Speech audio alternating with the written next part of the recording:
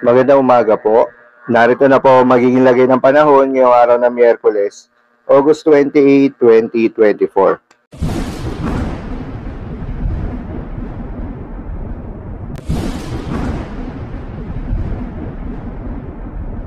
Sa kasalukuyan na tayo sa pag-asa, itong southwest monsoon o hanging habagat ay patuloy pa rin nakakaapekto sa may Central Luzon, Southern Luzon at Visayas.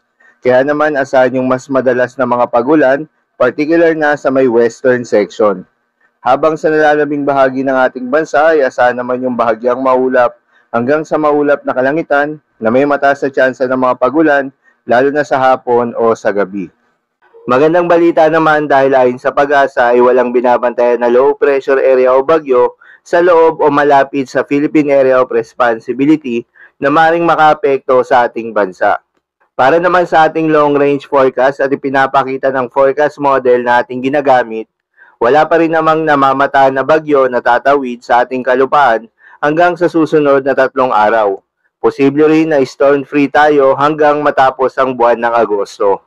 Para naman sa magiging lagay ng panahon ngayong araw ng Miyerkules, dahil pa rin sa epekto nitong southwest monsoon, asahan sa Palawan, Occidental Mindoro, Antique, Aklan, Iloilo, Negros Occidental at Guimaras ang mas madalas na mga pagulan. Posible ang mga pagbaha o pagguho ng lupa dahil sa katamtaman hanggang sa kung minsan ay malakas na pagulan. Habang sa Metro Manila, Bataan, Zambales, Calabarzon, Bicol Region at nalalabing bahagi ng Mimaropa at Visayas ay asahan naman yung maulap na kalangitan na may kalat-kalat na mga pagulan at thunderstorms. Dulot pa rin yan ng southwest monsoon. Posible rin ang mga pagbaha o pagguho ng lupa dahil sa katamtaman hanggang sa kung minsan ay malakas na pagulan. Habang sa nalalabing bahagi ng Central Luzon ay asahan naman yung bahagyang maulap hanggang sa maulap na kalangitan na may kalat-kalat na mga pagulan o thunderstorms. Dulot pa rin yan ng southwest monsoon. Posible rin ang mga pagbaha o pagguho ng lupa during severe thunderstorms. At sa nalalabing bahagi ng ating bansa ay asahan rin yung bahagyang maulap hanggang sa maulap na kalangitan na may kalat-kalat na mga pagulan o thunderstorms. Dulot naman yan ng mga localized thunderstorms. Posible rin ang mga pagbaha o pagguho ng lupa during severe thunderstorms. Madalas na bobo ang mga thunderstorms na ito tuwing hapon o gabi na nagtatagal ng 1 hanggang 2 oras.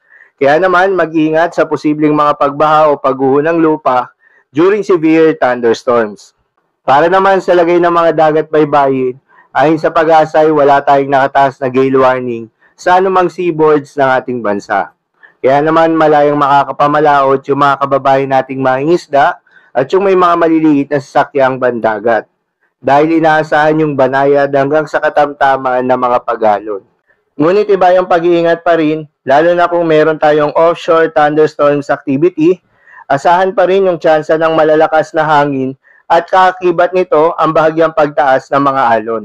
So, yun lamang po para sa lagay ng panahon ngayong araw ng Miyerkules. Keep safe everyone.